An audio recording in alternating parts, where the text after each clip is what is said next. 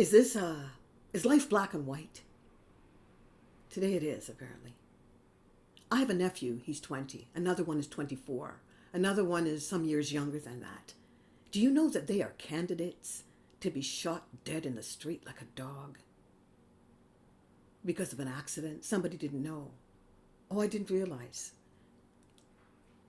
that I didn't have bullets, that it wasn't bullets I was using. I thought it was a taser. Oh, geez. Oops.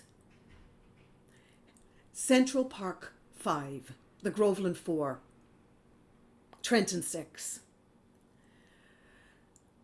George Stinney, young 14-year-old, small 14-year-old boy in the 40s, accused of raping and bludgeoning two beautiful little white girls with a pipe that he couldn't even pick up. They electrocuted him, killed him dead, ran his parents out of town. Years later, we have a deathbed confession, exoneration. It happens all the time. This is not just today. This is not the 20th century, the 21st century issue. This is structural. This hatred is structural. And I appreciate that my white friends out here listening. You know I love you, break bread with you. This is structural. This is systemic. This is not just about you feeling, I don't feel the hatred, I don't feel no hatred, I love you all. This has come with us through the time warp. This is poison that's still in the cookie. As an employee, how are you treating your Black people? How are you treating your Indigenous people? Your Latinx, Muslims? Specifically Black, because we have been classified into races at the bottom of the rung in terms of classification. One rung above primates. The issue with our judicial system is structural. And I'm looking to you today to make a change. Am I touting my webinar right now? Absolutely. Because I know what it's doing for our social workers out there, our white social workers. Yes, I'm talking in blacks and whites today. This is a challenge.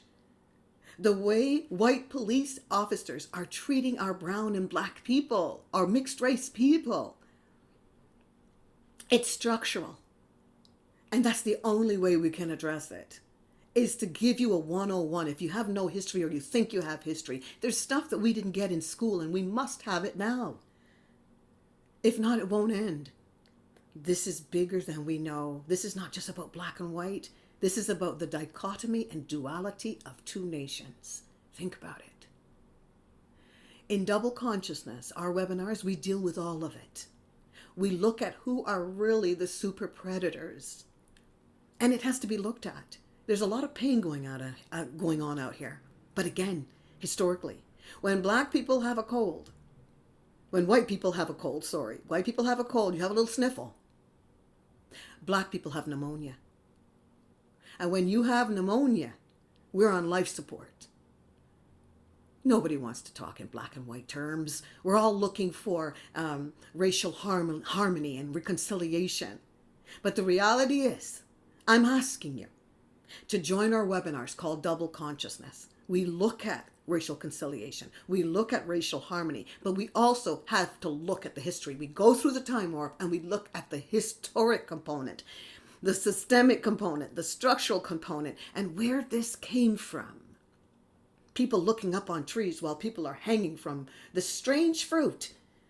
People are looking up on trees and grimacing, and pictures are being taken of them looking up at our people, hanging by their necks, eyes bulging out, tongues. It is traumatic.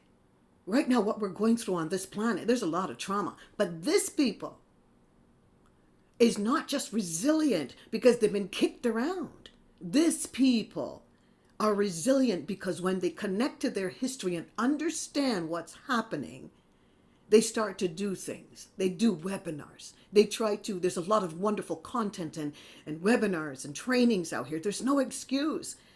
Corporately, I'm asking you, our teachers, our principals, those working in the judicial system, you think you know the history, but you don't. And it's not just enough to come to a one-day training. It's important that those in your life that are Black, that you may break bread with. If you don't have any Black people in your life, well, part of me feels very sorry for you. That means you truly have a sense of ignorance. Please. I get concerned when I think about the young boys in my family. Today is a day that people are going to be, there's going to be chaos, I'm sure, in different parts of the States. I'm in Canada. We're very sanitized here in the way we look at things.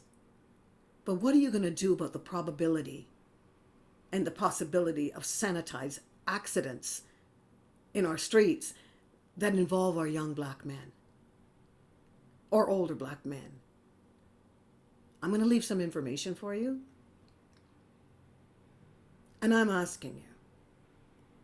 You are empowered to do something about what's happening. You're empowered as to how you're treating your coworkers, your employees.